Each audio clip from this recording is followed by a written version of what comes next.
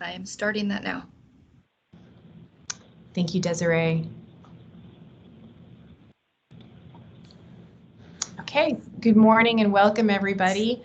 I call to order this work session of the Anchorage Assembly on the Sullivan Arena Mass Care and Family Sheltering.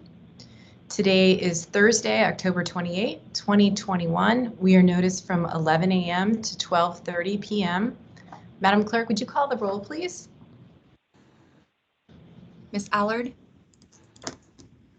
Mr. Constant? Here. Var? Here. Kennedy?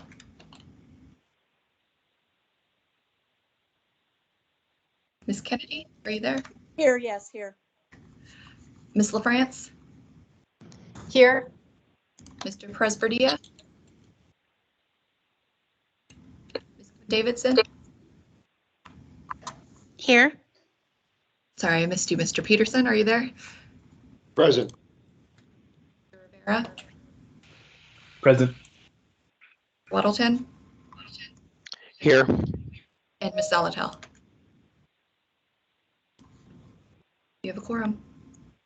Thank you, Ms. Camacho. And Ms. Zalatel is excused and won't be attending today or participating.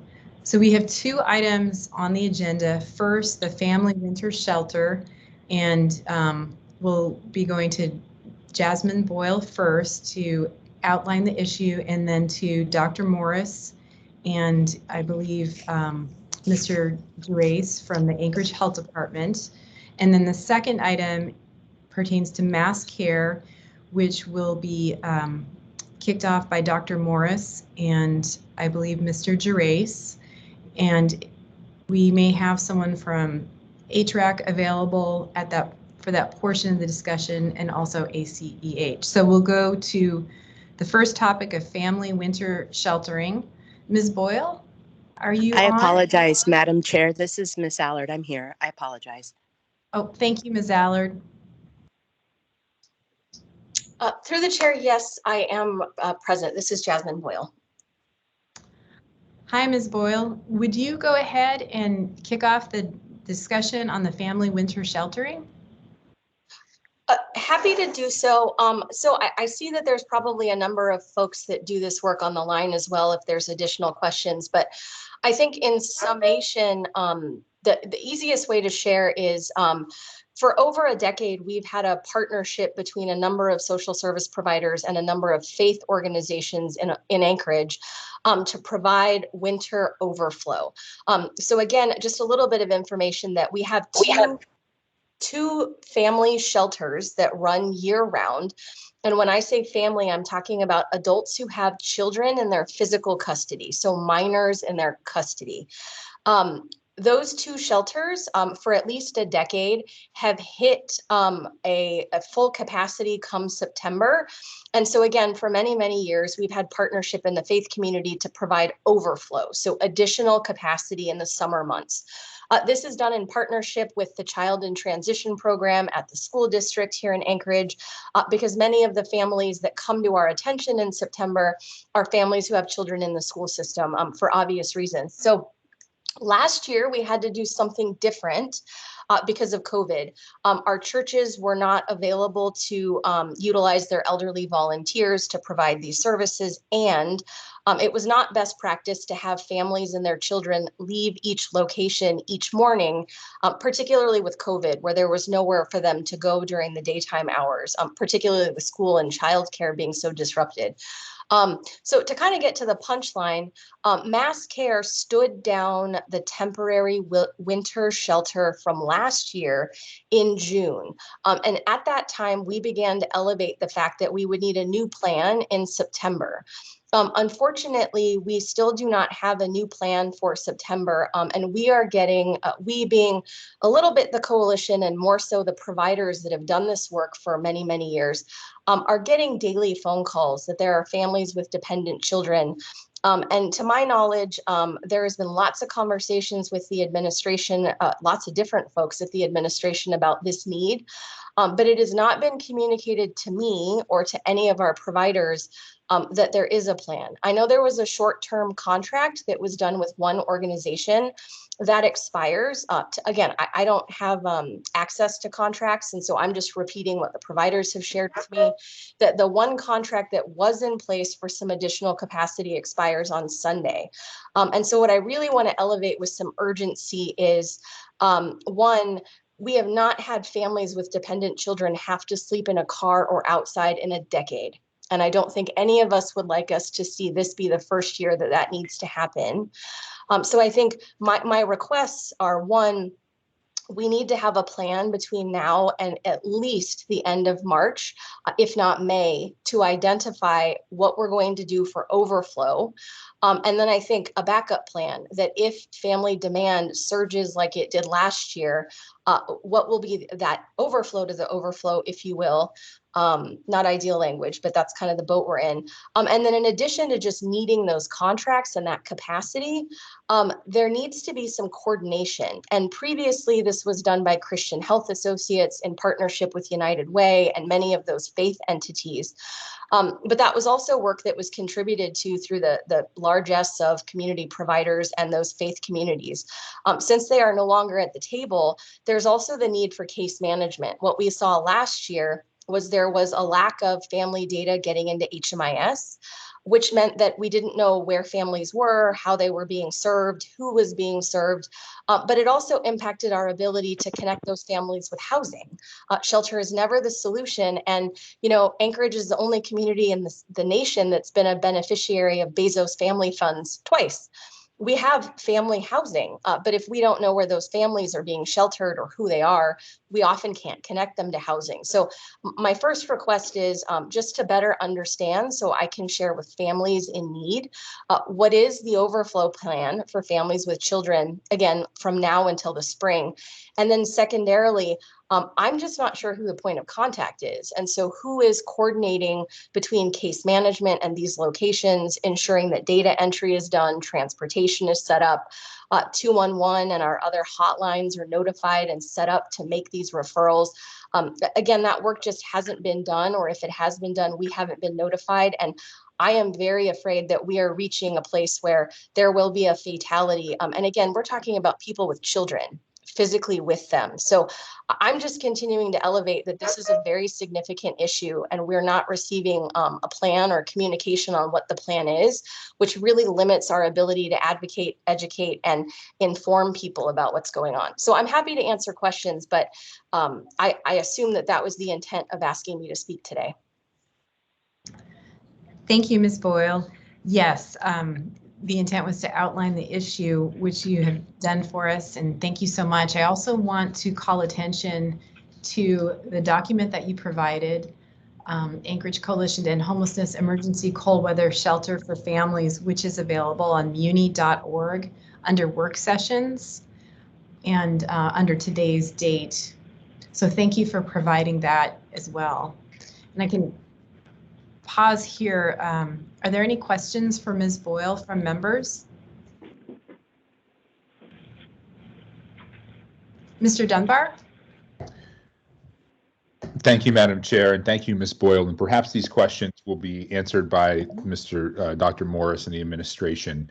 And I know that they are intending to speak next. So, but I'd still like to understand a little better. Ms. Boyle, you said we, and by we, I assume you mean the Coalition to End Homelessness, haven't been told what the plan is. I guess my question is, where does that plan typically come from? Who is it? Does it come from the municipality? Does it come from a group of the providers? Where does that plan typically come from? That's my first question. And my second question is, I think you'd mentioned that the faith community that has historically taken on some of this work is not at the table right now. And if I'm mistaken about that, then please correct me. But if they're not, I guess I'm curious why not? Because the issues you mentioned with the school district and daycare, for better or worse, have largely been resolved. And there's still obviously the issue with elderly volunteers, but we have a vaccine this year, and I don't know, is there any hope of some of those faith leaders coming back and providing some of this service, or are they already? And I just misunderstood what you said. Thank you, Assemblymember Dunbar. I'll answer your second question first. The faith community continues to discuss different options with the social service providers and the coalition. I think we hit two concerns with using our churches for, and in this case, it was 10 churches, our faith community buildings for winter overflow. So one is definitely the composition of the volunteers. And the faith community did let us know that their volunteers were not comfortable providing this service this year. Secondarily, I think the issue has always been, it's not best practice, because the way that the structure was set up with the faith community, each family would go to a different location each night. So let's say Monday, all the families that need services would go to location A with their personal possessions and their children. And around 7 a.m., they would be asked to leave, and they would be able to check into the next location at 7 p.m. on Tuesday, and so on and so forth. And so when we think about the nature of child raising, and many of you know this, so I won't go into it, and we think about COVID and transportation, it's never been ideal to have families, their children, and their personal possessions going from place to place to place on a nightly location. But also that the faith community has been clear that their volunteers are not ready to jump back into this for children. And I think that's an important nuance, because it is hard to communicate with little ones about why we can't pick them up or why they can't play together in a shared space. And so some of this is also about the age and the developmental capabilities of the folks we're talking about, particularly the little ones. I will say, though, that the faith community has offered other options. And so there's a number of providers, including the Downtown Hope Center, and I believe Dr. Morris was involved as well, that's been exploring partnership with those faith communities to help a different population of folks in need. But it does not look like families was an option for their faith partners this year. And your second question, again, historically, when this work was done with the the faith community directly, there was a shared, I think, collaboration with United Way, Christian Health Associates, and Nancy Burke when she was in the mayor's office that did the setup, the facilitation, and the coordination of this. Again, the Anchorage Coalition to End Homelessness was not deeply involved in the strategy and the implementation of this work until COVID, again, because of those changes. Thank you, Madam Chair. Thank you, Ms. Boyle. Thank you, Mr. Dunbar, and thank you, Ms. Boyle. Do members have any other questions at this time?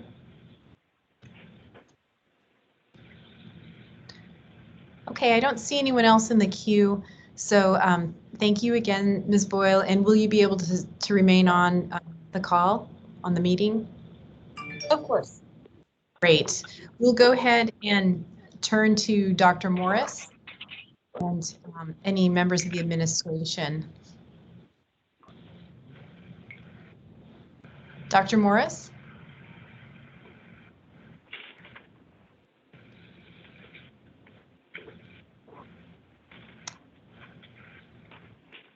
Hi, Dr. Morris, are you on? Or is there someone from the administration who can provide further information?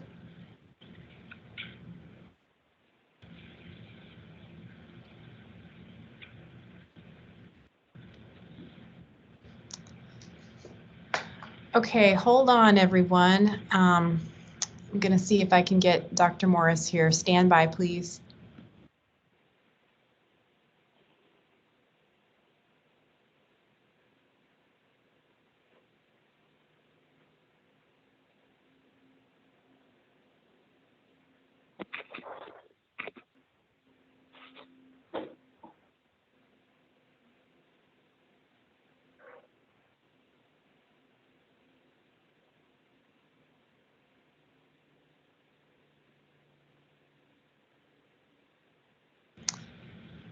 Ms. Graham?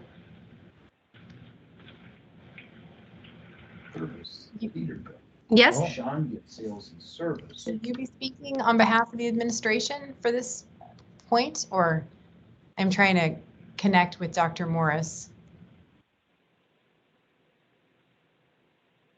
No. I'm sorry. Let me just check and I will fill you in on that. Okay. Thank you. Madam Chair, this is Miss Allard. Can I speak for just a moment? Yes, you have a question, Ms. Allard? Yeah, just clarification. I'm not sure if you're aware, but Dr. Morris no longer works for the municipality. He had resigned on Monday. Ah, interesting. Thank you, Ms. Allard. I was not aware of that. Dr. Morris and the leadership. I don't know who said, interesting, but I mean, it's not a laughing matter. Yeah, I don't know who said that either. Thank you for sharing that information, Ms. Allard. Is there someone else from the administration, from the health department perhaps, who is here to represent the municipality, the administration? Suzanne, this is Sammy. We're checking on that. Thank you. Okay, thank you, Sammy. In the meantime, I understand that we do have other members of the community, HRAC, or I don't know, Jasmine, you had mentioned there were some other folks on, and perhaps while we're waiting, I don't know if they could also provide more details about the family sheltering or share perspective from providers.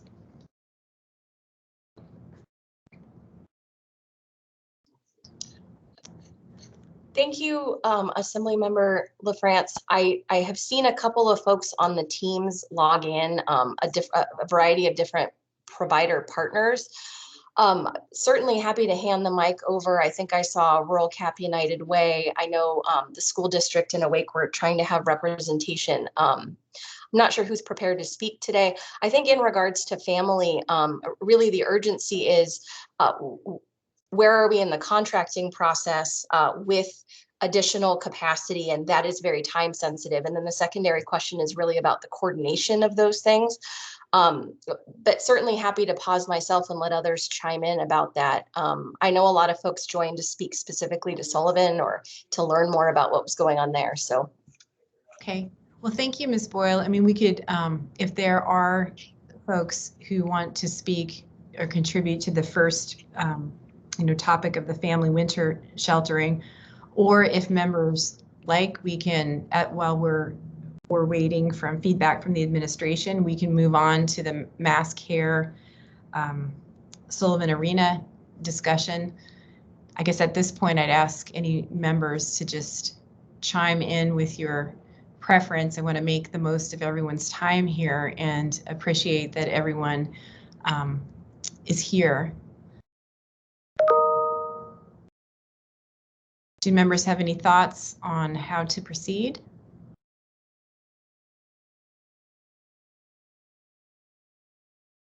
Okay. Mr. Rivera? Yeah, thank you, Madam Chair. I think there's probably a lot to discuss when it comes to the Sullivan. So I would suggest that we probably move on, and then hopefully we can get back to this issue, because I do think family shelter is a critical issue for us to address. Thank you. Thank you, Mr. Rivera. I agree. So why don't we go ahead and move on to mass care, particularly the Sullivan. And Ms. Boyle, did you want to start off with any comments on that? Otherwise, I'll ask other members of ACEH who are here to speak. Yes, certainly. Thank you for the opportunity. My understanding was that the administration called the work session, and unfortunately, I have not been able to see an agenda. So I will use a few moments to share what I'm hearing at the coalition, but I want to be sensitive to the fact that there may have been a plan to talk about the Sullivan that, again, I'm just not aware of. I will say over the last 3 weeks, the number of concerns that we're hearing about the Sullivan at the coalition has really escalated dramatically. And some of that early on, I personally just assumed was part of the transition. I think it's, for me, I reflected on, we switched the provider vendor at the Sullivan itself. We also moved mass care to a different department, and some of the personnel in all of those entities have been changing. And I think that is normal and expected in many ways. That to be said, to do those 3 shifts simultaneously in the same time window could be very disruptive for our clients who are already struggling with trauma and struggling with COVID and the reality that they're living in an ICE arena at this moment in time, or for some few, the hotels that are associated with mass care. That to be said, I think there's been a lot of media coverage, and I'm going to avoid that and just say, I'm getting calls daily from providers who are in and out of the Sullivan, and also, I think most importantly, from individuals living in the Sullivan. And there's some concerns that have been elevated to me personally about certainly things like debris, the very, very concerning newspaper coverage about the gentleman who was ill.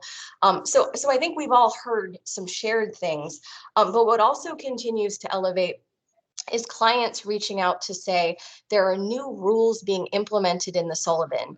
And again, it's very difficult for me to sift through what is rumor and what is fact, because we do not have a physical presence on the ground at Sullivan. So I want to be very careful to say I am reporting to you what clients have felt the need to call me about, or one of my team members that's employed by the coalition about. And so those concerns, particularly around rule changes, are things like there's now a time limit on the Sullivan, that people are being told that if they don't agree to participate in assessments, clinical assessments, that they will not be allowed to utilize the Sullivan.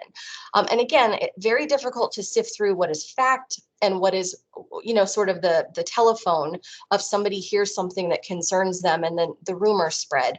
What I'm worried about, and again, I'm hoping that the health department and mass care are working on this as we speak, but what I'm also hearing from clients is that they've been told that they will be asked to leave the Sullivan and no longer allowed to utilize it if they don't follow certain rules. And again, that if they are offered housing, they must take that housing or they will not be allowed to utilize the Sullivan, and some other things. And I think, again, when I personally reflect on that, what I worry about is a command and control structure at the Sullivan will actually likely have the opposite effect of what we want. We are talking about adults utilizing the Sullivan. And if we create an environment where adults no longer feel comfortable and welcome at the Sullivan, we will see unsheltered homelessness rise. And in the winter, that is particularly concerning for me, because if mass care says, I can't come in, there is absolutely nowhere for me to go in Anchorage, let alone Greater Alaska. And so now we're bordering on, if mass care is saying individuals can't come in for rule infraction, and there are some rules that we have to protect because that's how we keep people safe. I fully acknowledge that.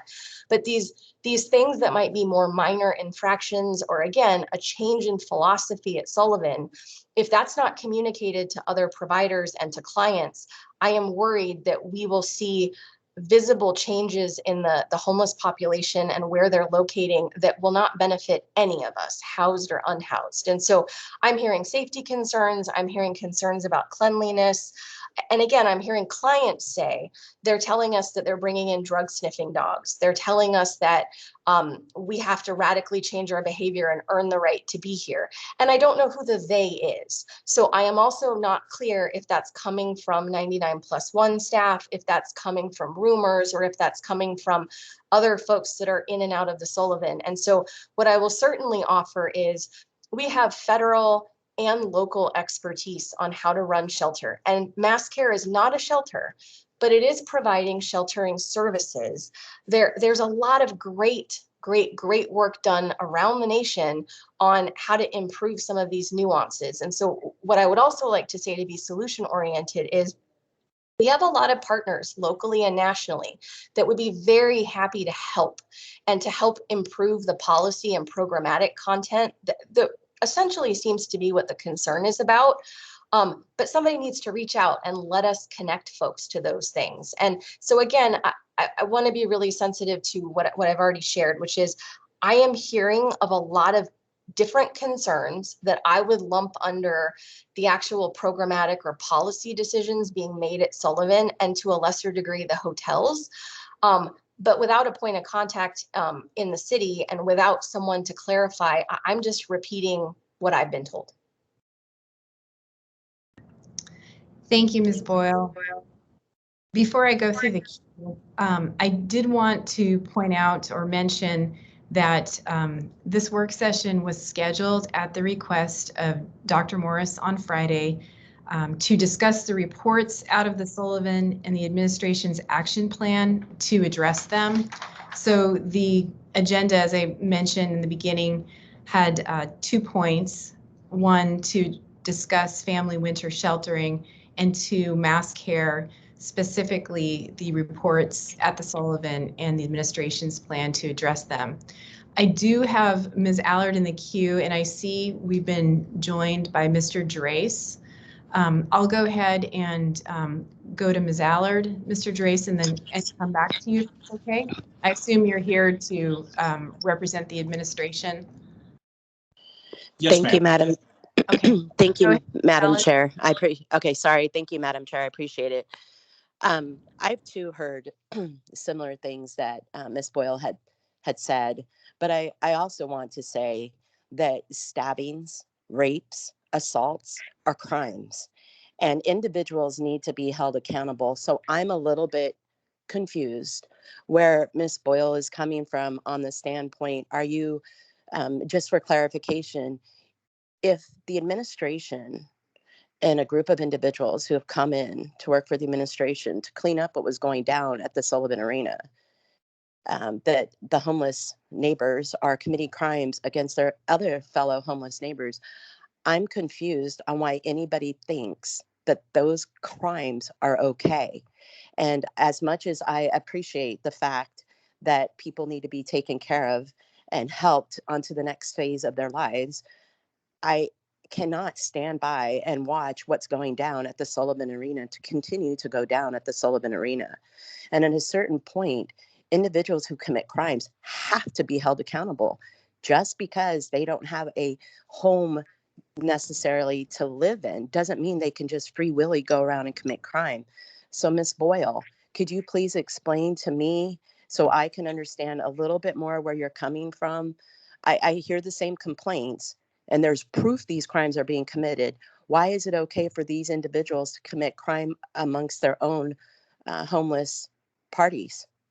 And at this point, I think it might be helpful, Ms. Allard, to hear from the administration, because we need to hear directly on the reports and what's going on, which is what I believe I heard Ms. Boyle say as well, too. So I would like. I agree with you, Madam Chair. I know these things because I've spoken to the administration, and I agree. We could listen to them first. I apologize. No, that's fine. Okay, and we'll go ahead to Mr. Gerace.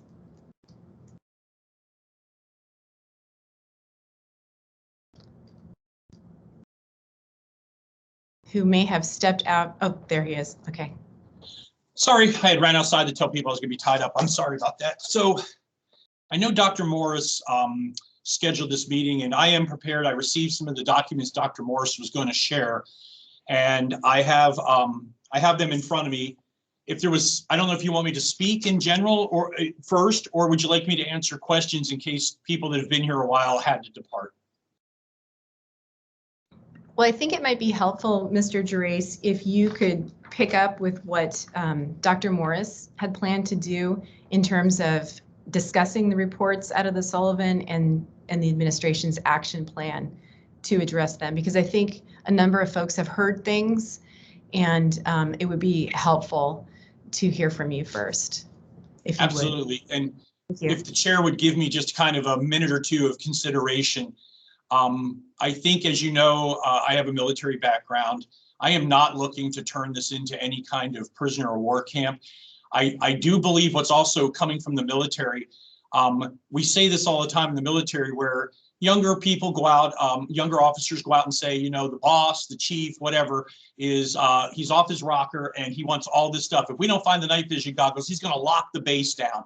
And they use that as a motivator. And I do believe our contractor may have taken some liberties with the stress level of the administration and some of the stuff. No intent to turn it into a prison. We recognize this is a low barrier shelter taking care of some of the most at-risk members of the Anchorage community and the state of Alaska for that matter, as we get a lot of people from Village here that can't get home for multitudes of reasons. So I would say that first. Have we put lights in the parking lot? Yes, that was in response to people saying there was a, quote, rape shed and that people get drug in the dark over to that. So we were not trying to offend the neighbors. We worked diligently to prevent light pollution, but we wanted to eliminate some of the spots where security for employment reasons felt that there's security officers in the parking lot. We have a 2x2 plan, 2 officers inside, 2 officers outside. No intention of arming them. That would actually be counterproductive and dangerous, as the situation there is statistically the numbers are not good. So we introduced the gun to that environment would not be smart. So with that said, the answer is to the bigger overarching question is contract compliance.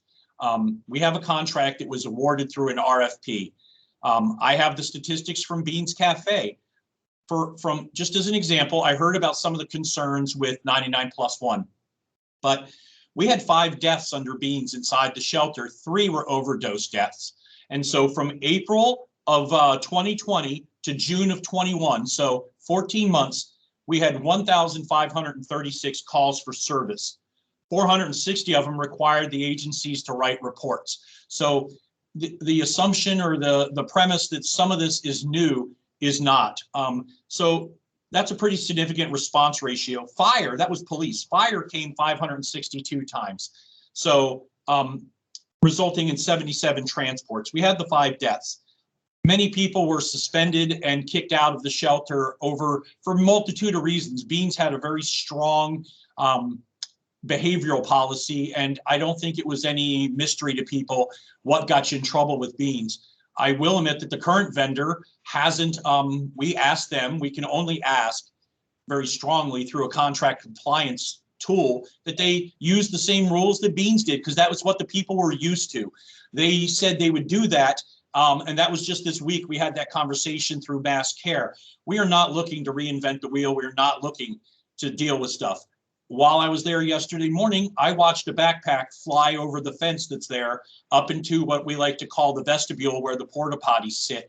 Nobody knows what was in that. That creates a security concern. So yes, we would like to extend the fence up out by the porta potties to prevent handing stuff over and around the fencing, just to make sure the clients inside aren't having prohibited items being introduced into the shelter. We now have an on-site person from the AHD every day. We have somebody from, I'm going to turn off my camera. I'm getting some bandwidth issues. We have somebody from AHD there every day, and we have more people coming in. I heard the story that there's only 1 person. Well, there's 3.5 people when Sean left. And I could name them by name. We now have introduced 3 contractors to help support that. Each one of them is taking a finite piece of the contract and providing daily evaluation of that piece. So the point of the one contractor will be to make sure feeding's done in a uniform and fair manner, our equity piece. Another person is going to take a look at overall operations. Is the 30-to-1 ratio every day? So instead of having one person responsible for this giant contract piece, we're going to have different partners, someone working with team 1 to make sure the evaluations of the high-risk people that are there. That is what unfortunately was one of the 2 people that passed away, was a high-risk person, a discharge from a hospital.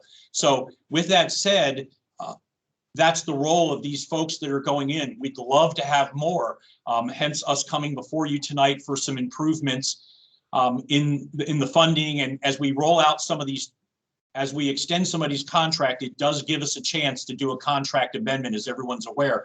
We have identified some gaps in the RFP versus what really is occurring. And we're going to use, as we extend some of these contracts, as a moment to say, the contract can only be extended if we do the following things. You know, we ensure those security guards are outside.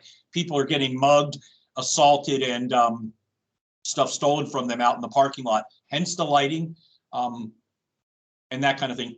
2 guards were assaulted with a knife on Tuesday of last week in the parking lot. They went to talk to someone about behavior that was not compliant, and the person pulled a knife on them. APD ended up having to chase them and make an arrest. So it's a safety issue for the workers too. We're talking about staffing at a 30-to-1 ratio, but if we don't make it a safe place to work through the contractor, we're not going to find people that want the jobs and maintain that safe ratio of contractors to clients. So I can pause there. I could go on for hours. I'm there every day. I will say that. And I take nothing more seriously than this. Thank you for your time. Thank you, Mr. Gerace. I've got a few members in the queue, actually 4 right now. First, Mr. Constant, then Mr. Dunbar, then Mr. Rivera, then Ms. Kennedy. Mr. Constant? Thank you. So I have kind of a short series of questions, Joe. It was asserted by a member briefly before that there's no enforcement going on. When you or a contractor finds people conducting criminal activities, I assume law enforcement is engaged. Is that a true assumption? I can't speak for the contractor all the time. If an AHD employee is there and witnesses a crime, we have a duty to report that on city property, and we have. Yes, sir. Absolutely. And so I think that's a baseline assumption that criminal activities are not simply tolerated and allowed, that rapes, if they happen, are not just, oh, we just accept it, that it's in fact, if these things happen, APD is summoned and action is taken. So that's number one. I agree with you, and that's how it should be. Second, I definitely received a bit of the panic messages about lighting and fencing going in. And so I went down and looked, and I actually didn't see giant, towers put up around the corners of the location. I didn't see fencing go in. I did see lighting. And I would argue my neighbors, the people who live nearby there, welcome lighting, welcome crime prevention through environmental design, CPTED. So I personally don't have a beef with that issue. Could I say something, sir, just on that? Please.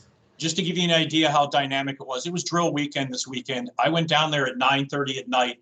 I got a call from a neighbor down there. They'd gotten my number. I went down there with my team, the logistics team. We moved a light tower at 9:34 at night on Saturday night. I got cussed out by one of the local residents because the motor was disturbing their sleep. So not only did we shut that motor off instantly, we relocated that light tower at 9:30 at night across the parking lot closer to city property. So I just want to point that out as an example of being responsive to the community's needs down there. Got a call in less than an hour. That light was off, relocated, and we continued our mission, sir. Right, and so I affirmed that work, and I went down to inspect and saw there weren't giant fences going in, there weren't guard towers in the corners, there was simply lighting, and my neighbors, generally speaking, concur that that's a good idea, and thank you for removing ones that directly affect people's lives. So now we come to, I think, 2 very important issues. One is the funding mechanisms and how we're going to ensure continuity, and the contractor, if the contractor is capable of providing the services that you're requiring and doing so in a way that doesn't cause harm.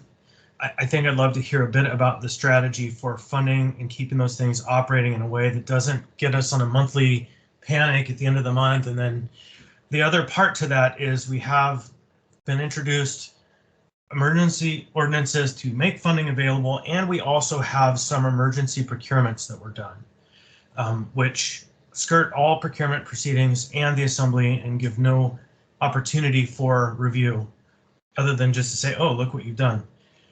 I have a big concern about this becoming a method of operation, a tactical plan, as opposed to rarely used in cases of real emergency. And the thought that comes to mind in college, I had an advisor who had a little placard on her desk that said, a lack of planning on your part does not constitute an emergency on my part. I'm really praying to you that your team can begin the process of getting the funding requests to us in a proper, timely manner Because at this point, I think we're now on the third or the fourth emergency appropriation by this administration in as many months as the administration has been in office. And so I would like to hear a little bit about your plans to ensure that the funding requests that come to us at least in a manner timely enough that we can act affirmatively. Yes, sir. To answer that question, several questions there. I think I can answer them all. Now, I'd like to caveat this with I'm day 38. I will agree with you that we absolutely need to be better. We should be using a standard vetting process for these financial requests. Unfortunately, I had presented these to the municipal manager's office I was literally over there the day that she became sick with COVID. And luckily I didn't spend an extended time with her, but we had delivered them in time to be read in. Unfortunately, a perfect storm sort of occurred between the quarantines, the municipal manager actually being sick with COVID, very sick with COVID. And we tried to work with Lance. It was just a perfect storm. That is not going to go forward. My team has already identified, I know this is a very dynamic situation, particularly with the possible change to an entirely new homelessness system that's being presented here. We're kind of at an apex here where we're about to change the entire format. But with that said, let's just throw out what might happen and take what's happening. We are going to come to you, if we're going to run this operation, we're going to come to you in some kind of fair block and say, we envision needing the Sullivan through X time. That's going to take X dollars with X support services. And we're going to go through the normal process where you can have your public hearing, you can have comments from citizens. It gets the two vettings at an assembly meeting. Unfortunately, I was working on that. I was only about 15 days in. And no excuse here. I'm just going to, for everyone's clarity, in case some people don't know, I'm wearing two big hats, which is trying to learn the role of health department director and a role that I'm familiar with, operating in an emergency. That does not give us, like you just said, I have that same sign on my desk in logistics in the Red Cross that says, you know, poor planning on your part doesn't constitute emergency. I agree with you 100%, sir.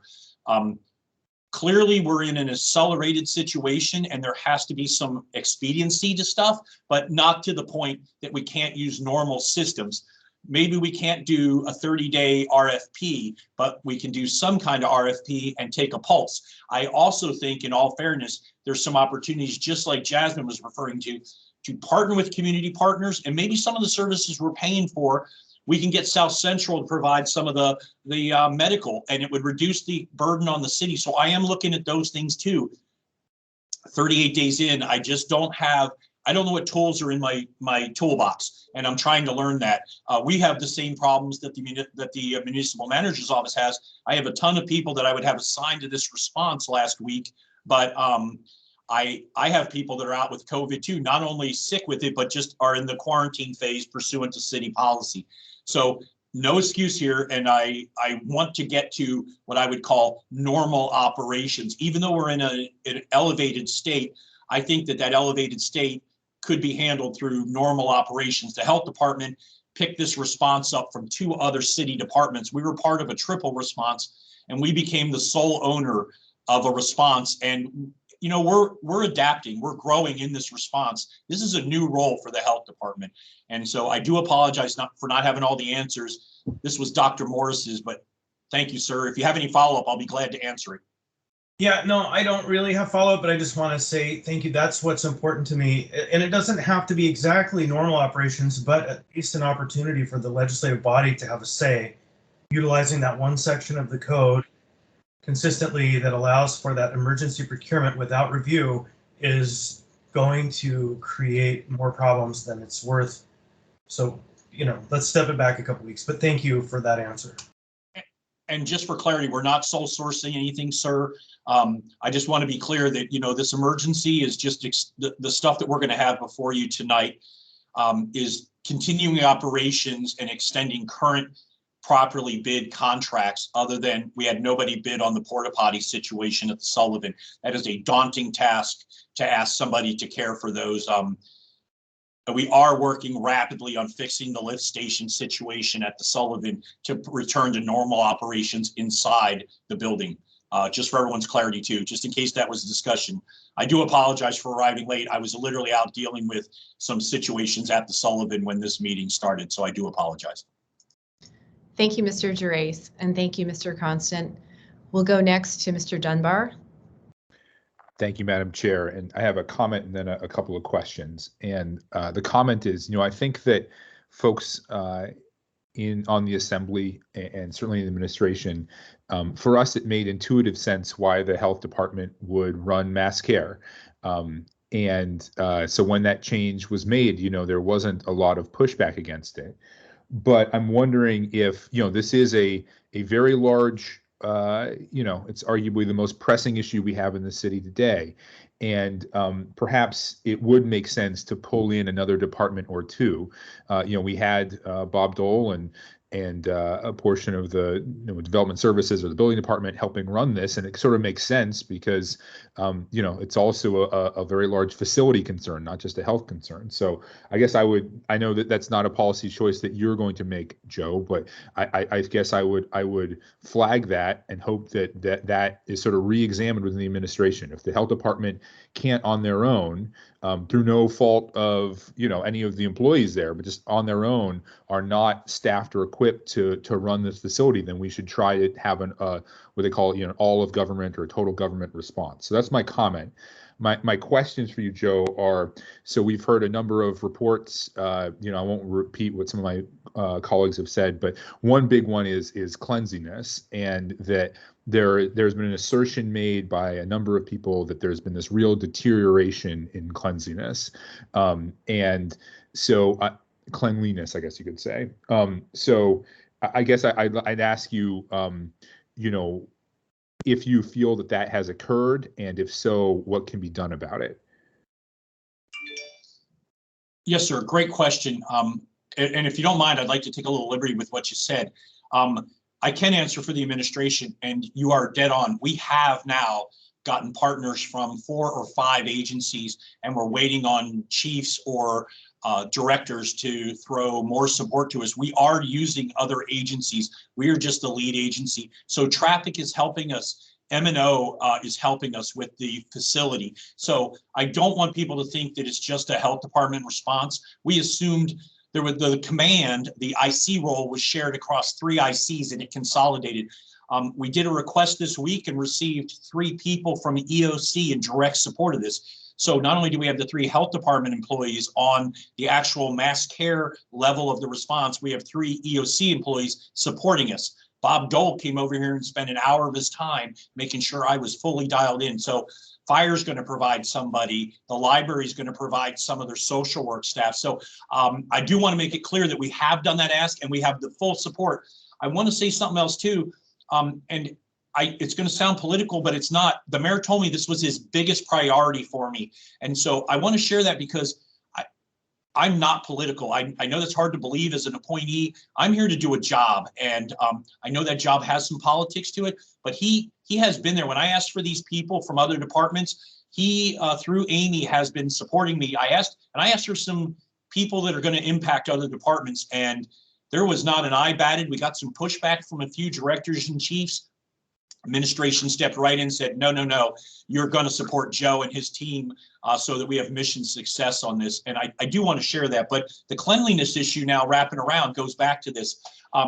Getting the bathrooms working would improve cleanliness just from a hygiene standpoint, which wraps around to the overall COVID-19 response. We have hand washing stations, but the more we can have running water, modern toilets are maybe the greatest healthcare invention in the last 1,000 years. So getting those bathrooms back operational out of porta potties is going to make a huge impact in the overall cleanliness. In addition, we had gone through an RFP and we have a deep dive. I believe we're calling it deep cleaning company that's going to come and start cleaning the Sullivan. In addition to, whenever I'm there, mops are moving, brooms are moving. Not only the clients helping, but the staff is always moving from 99+1. Could we always be better, stronger, faster? I would say yes to any contract. But if we ask for something, we seem to get it. I just want to be clear on that. We ask them as they're out there. Great way, if you're out, have 10 people mopping the floor, you got the presence of 10 people in blue vests mopping and sweeping the floor. They're right out there with the clients. So, but we do have a company coming for that deep dive. Okay. Yes, so sir. I have 2 more questions, Yes, Madam sir. Chair, if that's okay. Sure, go ahead, Mr. Dunbar. Thank you. So the first is, about the, actually they're related questions. So the first is about the housing surge. And I want to know, what role mass care is playing working with the providers to get people out of the care facility and into, housing through the housing surge. And then related to that, when I was last at the Sullivan, the navigation center seemed to be working very well. And I'm wondering what the status is of that navigation center. Is it still fully staffed? Is it still working in a similar fashion? Thank you, Madam Chair. Okay, I'm going to take those two backwards, sir. The navigation center still is open. I think we could, and that's part of bringing the team over from the library. I think having more and different options is highly beneficial. But the center is open. There's still placements. I believe you're referring to have we been doing with moving people to a more long-term housing situation, sir? Is that the question, Mr. Dunbar? Well, I know that a number of the providers are engaged now in a housing surge, and we have tried to get them money for a housing surge, and I believe there are additional federal funds for housing surge too. So I guess I'd like to know what role the administration is playing in that surge, and what the relationship between mass care and those housing providers might be. So I don't have a lot. So I'm going to say, first of all, I don't have a lot of details on that. I will tell you that the administration absolutely, particularly through the AHD, wants to make sure that we are providing those. This is a conduit to getting the numbers at the Sullivan down to an acceptable level. So we have had struggles moving people, particularly congregate to non-congregate, then to a more permanent situation. And we're having struggles getting those permanent situations to be a permanent solution. So we haven't had the best results with that. But I don't have the numbers here to tell you currently how many federal dollars, and I could get some of my staff involved if we wanted to have a wraparound conversation. I just don't have that, as we've been very focused on just trying to run the day-to-day operations of the Sullivan, and some of those bigger, what I like to call blue skies operations. We've been so focused on the gray sky that we haven't had time to get into some of the details on the normal day-to-day operations, sir. Thank you, Joe. Madam Chair, could I ask Jasmine Boyle from the Coalition to End Homelessness to speak to that question as well? Yes, that's fine, Mr. Dunbar. Jasmine, are you able to do that? Yes, thank you, Assemblymember Dunbar. So the housing surge started about 2.5 months ago. And again, this was in partnership with the city. It was always our intent. And the idea of it was in the last 12 months, the city has moved a substantial amount of money through ARPA and CARES Act with the intent to decompress the Sullivan and the mass care non-congregate locations. And so knowing that that needed coordination, the coalition offered to jump into that work. The intent was in partnership with the health department, in partnership with mass care, and in partnership with the providers who were funded work. This is, of course, the monthly report that I provide the Assembly, the administration, and the health department in the Assembly committee meetings on housing and homelessness. There has been some confusion about representation, and what I will share is it will be impossible for providers in the coalition to participate in a housing surge focused on moving individuals out of mass care into housing without mass care and without the health department at the table. We've had Nicole Labo and her team at the health department closely involved in the work for the last year. My understanding is that that is intended to continue, but we were notified by mass care several weeks ago that they were not allowed or not able to, I want to be very careful, they were not able to participate in the housing surge. And as I mentioned to you all in the Assembly committee meeting a few weeks ago, that will make this effort very, very difficult. I will say, as someone who is not only mission focused, but also business minded, we've invested millions of dollars in helping to address decompressing the Sullivan. The smartest thing that we can do with that investment is make sure that it is working as well as intended and as efficiently as possible, not only for the clients, but also because of our investment. And so it would be very, very helpful to have a point of contact in mass care that we can start working with, because they have all the insight on the contracts and on the clients. And the work has been hobbled by not having the right partners at the table. Thank you. And then I guess, I'm sorry, Madam Chair, but that prompts me to ask one quick question to Mr. Gervais. Joe, who should be the housing surge providers, the Coalition to End Homelessness, who should be their point of contact at Mass Care? So I just want to note that Mass Care just came to us. And as you know, Sean was involved and is no longer, she's an EOC. The EOC was handling that piece. It is now in the health department with the health department person in there.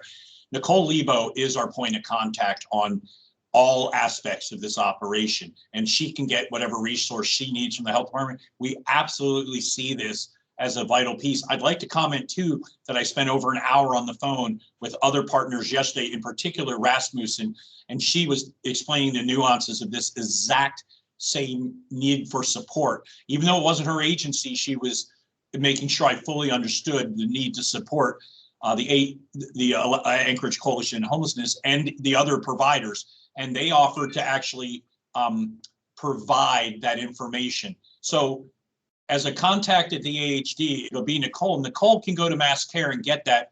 You know, in the end, I note that because as we stage this down and it becomes January 1 and this prior service that was somebody else comes underneath the health department, we're going to go from that gray skies operating the Sullivan to what I'm going to call day-to-day operations related to housing and homelessness. So I think this is the transition we're in, and I know so much of this is in flux as this decision is made by the assembly this next few weeks or even tomorrow or today. But Nicole is the division chief for the areas that are affected, and she can get the participation from any member of the administration that she needs. Through me, I can go to Amy, but Nicole will be point for now, and she can bring anyone that she needs from the staff to a meeting, if that answers the question, sir. Yep. Thank you, Joe, and I apologize for monopolizing the conversation, Madam Chair. Thank you, Mr. Dunbar, and thank you, Mr. Gervais. Ms. Kennedy. Thank you, Madam Chair. My question's probably pretty brief, and I know I can always follow up with Chief McCoy, but I guess I have a comment and then a question. But you know, the comment being, I think we've all been aware of the criminal activity that's been going on at the Sullivan for months, and I think we're all also very aware that APD has been very involved in addressing those and making the arrests that are needed to be made. So I don't think there was any former comment by any assembly member that was suggesting that the criminal activity was not being addressed. It's just that we need to understand that it continues to happen, and it is a significant problem. People are getting hurt. So anyway, my question though is, Mr. Gervais, you had a lot of statistics about the number of calls that were made to AFD and APD. Do you have any statistics about how many arrests were actually made there? Like I said, I can follow up with Chief McCoy, but I just thought since you had some data there, maybe you had that one as well. Thank you. No, ma'am, and that is, so I want to be clear too, just to give you an idea. I had a meeting, an hour with the chief and some of the deputies, and then I had another hour with Captain Shank and Lieutenant Soto from some of the teams that we're using over there. They've been very responsive. They are now providing that data, but they didn't have the data prior to that. So as we have new actionables, we become a partner with the police department, the fire department to get that data. We don't, prior to my takeover, we didn't have that feedback loop where we found out what the disposition was. We wouldn't have known before that this knife incident resulted in an arrest always, but now we do get that feedback. Lieutenant Soto, Captain Shank, and the entire command staff, APD, been amazing to work with over the last, gave me an hour of their time twice. So I think we're gelling as a team, and I think that's the important part here, is that I am working to bridge the interagency gaps and the external partner gaps. And I think that it's a true statement. And I might not have gotten everyone that I should have, but it's been a fast and furious 38 days. I don't have it for you, ma'am. Okay, that's fine. Like I said, I can always follow up. And it sounds like it might be something that APD will be following through with on a regular basis anyway, since you have this new and better connection there. And like you said, the feedback loop. So anyway, I'm encouraged by that. So I appreciate that. And I may just do my own follow up with Chief McCoy. Thank you. Thank you, Madam Chair. Thank you, Ms. Kennedy. Thank you, Mr. Gerace. Mr. Constant. Thanks. I think I have 2 or 3 questions. I think maybe they're kind of brief, but previously it was mentioned by one member that there are concerns about a 30-day limit and a requirement for accessing services of certain kinds as a benchmark for being able to stay or receive services. Are you aware of this policy? Is it happening? Is that to me, sir, Yeah, Mr. Council? yeah, sorry. There is no limit. Are you talking about duration of stay at the shelter, sir? Yeah, that's the first part of it. None. No, we have That's people that have been there since almost the inception, sir. No intention to kick anyone out, no time limit. You can stay as long as you need a facility, sir. Thank you. That's an important perspective, not because we want people to warehouse there, but because we don't want people to be arbitrarily thrown out. And then the second part to that question was, do you know if people are being given a mandate that you must access services, take assessments, do all these things, otherwise you can't stay here? That is not said, sir. We strongly encourage them to access any of the ancillary services that are there, but we don't compel people and we don't threaten them over, we do have concerns, for instance, if they had a bad productive cough that they're not spreading TB, we encourage them. If not, we may segregate them, but we don't throw them out over them not getting their cough looked at, for instance, just as an example. Thank you. I strongly support the idea of having medical precautions in place, but all that other stuff, it certainly raises questions. So then the final question that I have, you mentioned previously that the department is looking kind of at implementing a whole new approach to all of these services and questions. And, a number of us have been working intently with a negotiating group by the administration that now has lost 2 of 3 members. If the new approach isn't the approach proposed by the facilitated group, do you know when the Assembly will be made privy to the frameworks upon which this new approach is being founded? Sir, when I referenced a new approach, I was talking about the facilitated process changing the landscape of current operations when it was activated, sir. Excellent. Okay, I just wanted to make sure we weren't talking about yet a new flip into a new policy avenue. Okay, that answers my questions. Thank you very much, sir. Thank you, Mr. Constant. Mr. Gerace, I don't see anyone else in the queue. Do you have anything further you want to add about the administration's response or to anything else that's been brought up here today? Yes, ma'am. I think it's worth noting that to explain the administration's response, our answer is that we pay a contractor to render services, and not just 99+1, dozens of them. Our expectation as an administration is that we are honoring our end of the contract, and we're going to ask them to honor theirs. And what we mean by that is our role, which I heard asked a couple of times, is to look at these contracts and be intensely familiar with them and get compliance, whether it be the 30-to-1 safety ratio at the Sullivan to making sure the porta potties are cleaned every day by the vendor. That's our main role. I mean, we're there to support the people running these shelters. We're there to support the ancillary services. And secondary, it's the compliance piece. So I have a nurse that's at the Sully, just for what Mr. Constance was referring to, that somebody with a higher level of certification says, Mr. Johnson has been coughing for 3 days. Let's see about getting him evaluated to make sure that he's not coming down with a double pneumonia and it ends up like some of the clients that we've heard about. We're trying to take steps. That's a new approach. Having somebody in there with a higher level of medical education, not to actually provide care. It's not a nurse practitioner to write a Z-Pak prescription. This is just somebody that says, hey, this isn't normal to have, loose stool for 3 days. Like, we need to get that person evaluated to make sure they don't have something that's transmittable. So That's our job. The contract compliance piece, and then a second set of eyes focused just on what our specialty is. If it's somebody with a security background, just watching for that backpack fly over. Not that they're going to action that. They're not there to be a security contractor. They're there to say, wow, while I was in the parking lot, I saw X, Y, and Z occur to the security contractor. You need to address that. So it's somebody that's an SME that can watch the operation and report back and say, hey, in a normal shelter, we would not allow X, Y, or Z to happen, or, you know, a messaging system like a bulletin board. So people that were looking for a family member that maybe lost his cell phone could leave a Post-it note saying, Bobby Jones, please call me. So it's having those people in the shelter trying to facilitate what's best for the clients. And that's the role of the MOA employees and contractors. In the end, if something goes wrong, we're going to jump in and support the staff, but we're not there to be supplemental staff. We're there to provide, you know, the 30,000 foot view so that they can be down in the trenches dealing with the situations that are occurring. Thank you, ma'am. Thank you, Mr. Gerace. Mr. Dunbar? Thank you, Madam Chair. So this is going off of Mr. Constant's question about the facilitated process.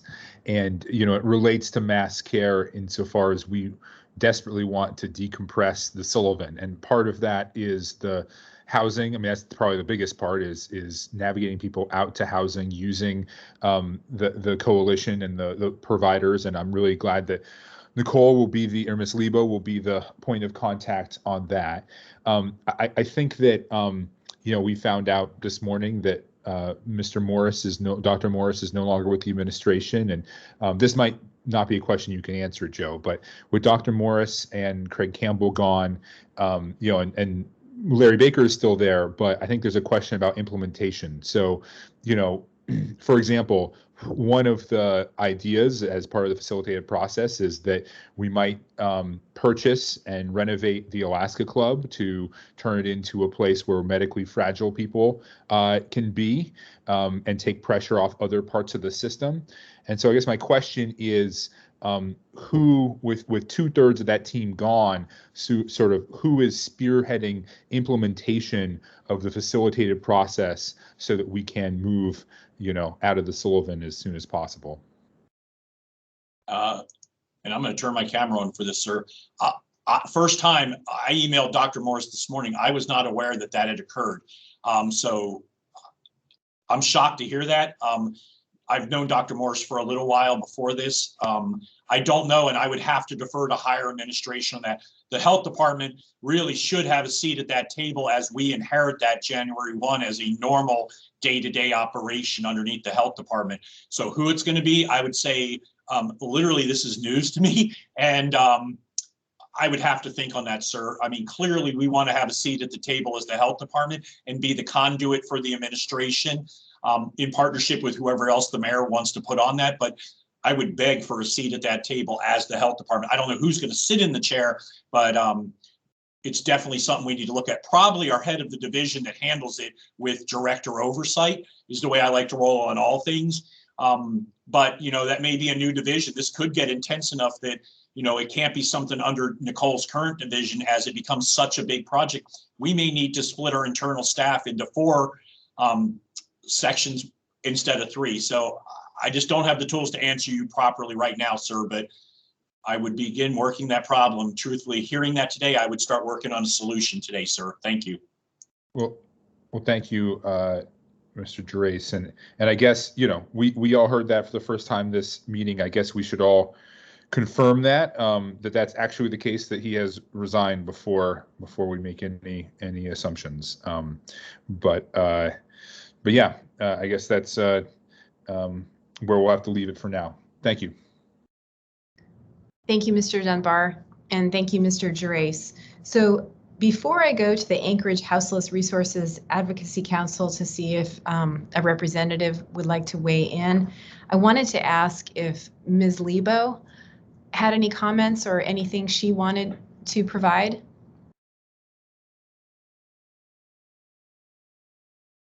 Good morning. Thank you for that opportunity. Chair LaFrance, I'm not prepared to speak at this time. I'm learning Almost 100% of what I've heard today is news to me. And so this is a big and moving operation. And so I think that we need to huddle up internally and do some serious planning to understand what some positive next steps are going to be for this response. That's all I have to say. Thank you so much. Thank you, Ms. Lebo. And at this time, I would ask, is there a representative from the Anchorage Houseless Resources Advocacy Council who would like to weigh in?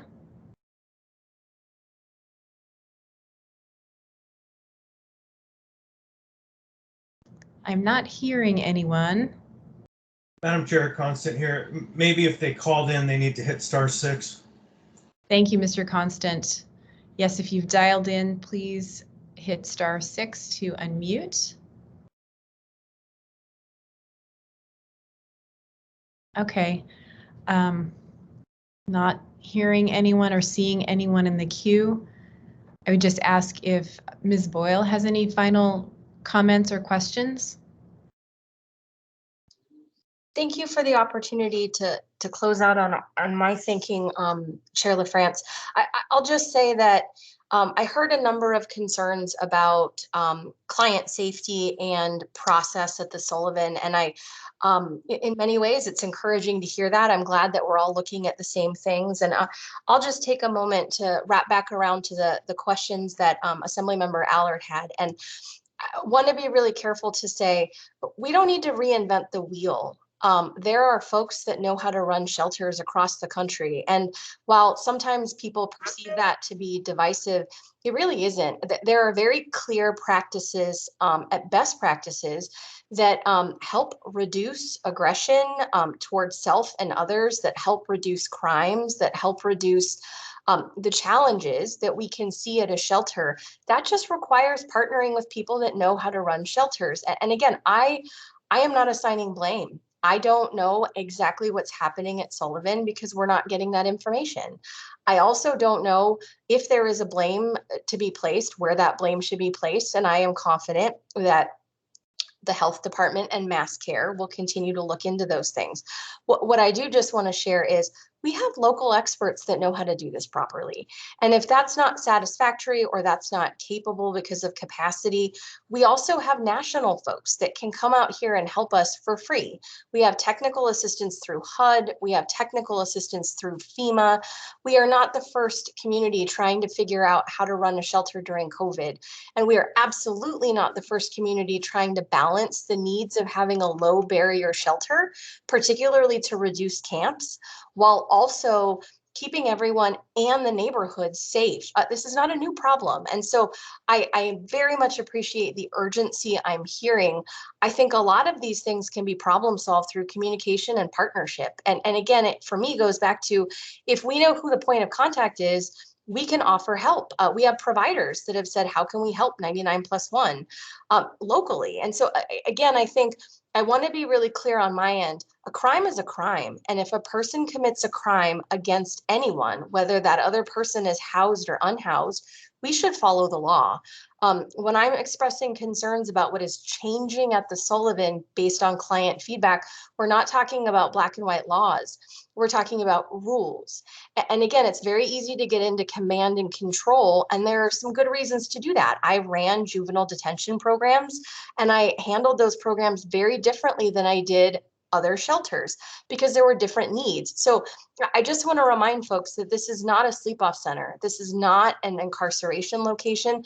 This is a shelter with adults, and we have to make sure that the rules that are designed or the guidelines that are created are done in partnership with folks that know how to do the work, but also with the clients. There are hundreds of people in that building who can talk about what would increase safety and reduce aggression or increase the behavior that we would like to see. And so this is simply my sort of rounding out to say, I very much agree with what Assemblymember Allard said, that we need to keep folks safe and we need to make sure that the law is the law for all individuals. That is how we keep people safe. And we give our folks that are very traumatized some predictability in what they can expect and how they will be cared for and care for others. And I would just encourage, again, I think I heard the health department say this, but I would very much encourage partnership. We've got a lot of folks that have raised their hands multiple times to say, we know how to do this, please let us help. And if we could create that connection to the housing surge and that connection to the coalition, we can and would very much like to improve services together as the city decides how the city wants to position this. These are not unsolvable problems, but again, I'll leave you with, these are not new or unique problems. And I hate to see us spending so much financial and human capital resources on reinventing solutions that we can have folks come and help us implement quickly. Thank you, Ms. Boyle. I have one other member in the queue, Mr. Constant. Thank you. And this is a question for Ms. Graham. And I think what I heard was from Joe that Nicole Lebo is kind of the point person on these questions, but I want to hear from the administration leadership. Who should assembly members turn to for questions related to homelessness policy as we've been working with Mr. Morris? What's the new point of contact? I apologize, sir. I heard you mention my name. Are you asking me for that question? Actually, Sammy Graham, if she is here, I want to hear who they are determining is the policy leader. I believe your hands are full and you need to be working on personally, you know, I'm not your boss, but working on implementation of all these very complex systems. We have a bunch of policy questions we're working on and we need someone, you know, it was 3 people, it's down to 1 person. Who do we and members of the community turn to from a policy perspective on homelessness with the administration at this time? I don't know if Sammy had to leave or not. Okay, so it appears she's left. Joe, would you do? I'm Okay. Thank you There for you the are. question. I'm here with Larry Baker, and Yep. he's going to answer that for you. Thank you. Thank you very much. Welcome, Larry. In the interim phase here, I'll be taking on the responsibilities for our side of the process until we discuss with the other members of the administration who the other members of the team might be. But in the interim, you can direct all that to my attention. Thank you, Larry, and my condolences. Thank you, Mr. Constant, and thank you, Mr. Baker and Ms. Graham. Mr. Dunbar?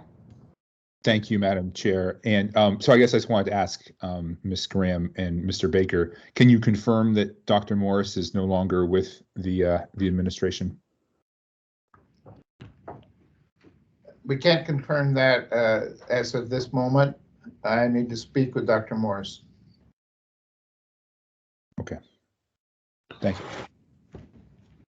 Thank you, Mr. Dunbar, and thank you, Mr. Baker. I don't see any other members in the queue at this time. I'll just pause to see if anyone has any questions.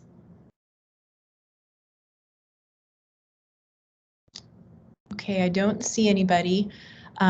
Thank you all for joining today, Mr. Gerace, Ms. Boyle. Thank you for your time in particular. And seeing no other questions, we will go ahead and adjourn. Madam Chair? Yes, I'm sorry, who is that? This is Andrew Gray. May I ask a question? Sure, Mr. Gray, you were with one of the organizations. No, I'm so sorry. I've just called in. Oh, well, you know, given that we have a few minutes, if you want to go ahead and ask your question, it's. Okay, thank you. Although I did discuss this at the Campbell Park Community Council and people were wondering about it, Assemblymember Dunbar had asked about the Alaska Club being renovated to be used for medically fragile homeless individuals.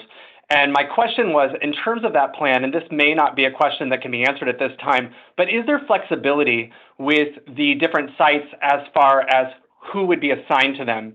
It seems to me that the location at Elmore and Tudor, with its being so close to the hospitals themselves, might be a better choice for the medically fragile. And I guess my question is just, is there, at what point do we decide what will happen at the different locations? Thank you, Mr. Gray. And I'll just, if the administration would like to respond to that again, it's a little bit. Chair, Yes, I put Mr. myself in the queue on that one. Oh, sorry, I and missed you. Yeah, I'd like to take the first stab. The administration can follow on. Okay. Mr. Gray, we are at the point in our collaborative working process where we have the resolution before the body. Once that resolution passes, we will move forward into the conversation that you're talking about, the question of what goes where, when, and how. We aren't there yet. And so my response ultimately is it's the right question and the wrong time. The time is very soon after we've adopted the policy that says this is the method we're going to approach. So while Mr. Dunbar brought up the Alaska Club, that's not something that we have said we're working on getting into, nor are any of the other sites. We reviewed a number of sites and we haven't taken a policy position yet. And so the first step in the policy question is this our agreed upon policy? The next question is, what are the proper sites and places for people for certain services? So my answer is soon, but not yet. And I don't know if Larry has a different opinion, but that's on the basis of the collaborative working group. That's the assembly side where we are at. Thank you, Mr. Constant. Mr. Baker, did you want to add anything? I think I'm going to have to speak for him, Madam Chair. Sorry, leadership dropped off the call when you said it was done, and they just texted me that they can't get back in. So I don't have that answer at this time. And Mr. Baker was with Sammy Graham, and they logged off and just texted me that they can't respond. Okay, thank you, Mr. Gerace. I do have one more member in the queue, Mr. Rivera. Yeah, thank you, Madam Chair. So I know we started off this work session talking about family shelter, and then the coalition, and perhaps this is assuming too much, but some of the providers through the coalition shared some of their concerns about family shelter. And then we didn't have staff there to address that, so we moved on to the Sullivan. But I don't know if we ever really went back to family shelter. So I'm wondering if the administration might be able to respond to some of the earlier concerns. And since they weren't here, I'm wondering if Jasmine can just quickly sort of restate some of those concerns. Thank you, Mr. Rivera. Thank you for bringing us back to that first part of the agenda too. Ms. Boyle, if you're still on and I see you are, would you like to do a quick recap and then Mr. Gerace can respond? Yes, thank you. Where we are today is we need family overflow capacity. We need at least 20 units, rooms, hotel rooms, more than beds, because again, we're talking about folks with children, available immediately. And again, have been elevating this for several months. This is predictable and an entirely preventable challenge. But we are now at a place where 211 does not know where to direct families that are calling for family shelter. Our family shelters are full. And the provider community has been incredibly resilient and resourceful in finding hidey holes and creative ways to make this work. But over the course of the last week, we have run out of options. And so I think to make it very clear, there was one provider that received a 1-month contract to do some additional family support. That ends on Sunday. I've been told by another provider that they were told they would have a 6-month contract, but that has not been signed. So the urgency is we have families with dependent children and we have nowhere to direct them. And we have no point of contact as to who is taking this on with the administration. What is the plan? How can we support or partner? So there's the need for the rooms immediately, but as I mentioned earlier, there's also a need to coordinate the hotline, to coordinate transportation, to coordinate the data entry and the referrals into housing. And we're very unclear about what to do. And so there is a group of us that have continued meeting and sort of trying to chisel out solutions, but I very much believe we are at the end of our ability to be creative without city partnership. Thank you, Ms. Boyle. Mr. Gerace? Yes, ma'am. Thank you, Madam Chair. The answer is Dr. Morris identified this to me when I came on board. We have this exact as a standalone EO before the assembly tonight. I could speak to it now. It is for 20 rooms. immediately for the duration of the season. I want to note too, I heard a couple things there from Ms. Boyle. I do agree again. This is a multi-pronged answer, not a simple one and done. So the funding request is before the assembly tonight for financing for family overflow or family emergency sheltering. You're right, there's a lot of steps to be done to shore up this in the long run. It is a foreseeable consequence of the weather. Last piece about the contracts to the two providers. I do want to throw out a nuance, and I've mentioned this before. I'm speaking from an emergency operations standpoint with FEMA reimbursement optionable. Whether we get it or not is a whole different discussion probably, but a 6-month contract might not be doable under FEMA allowances, but we are going to work with those two community partners, being Rural Cap and Catholic Social Services, to support them too in the family sheltering operation, in addition to having the rooms. That is all prepared by Dr. Morrison. He got that to me. So again, this is a Dr. Morris plan based on community input, community partner input, and we are actioning that tonight before the assembly. And I will be there again tonight, should you want to discuss this on the record or, in front of the whole assembly as a whole. I will be ready to answer it, ma'am.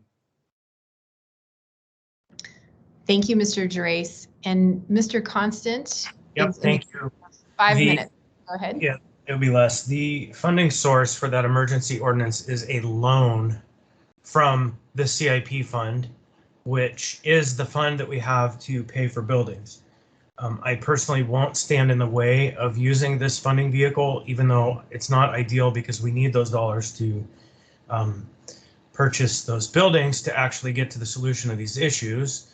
And I would suggest, I don't know if it'll be a resolution or what, but I want to let folks know that as this is a loan from the CIP based on reimbursements from FEMA, when the FEMA reimbursements come, I want these funds to be pretty close to the top of the list so that we can get to the point of purchasing of properties once we've walked through the facilitated agreement, so that we're not just draining the capital funds that we have as we move towards trying to implement a new system.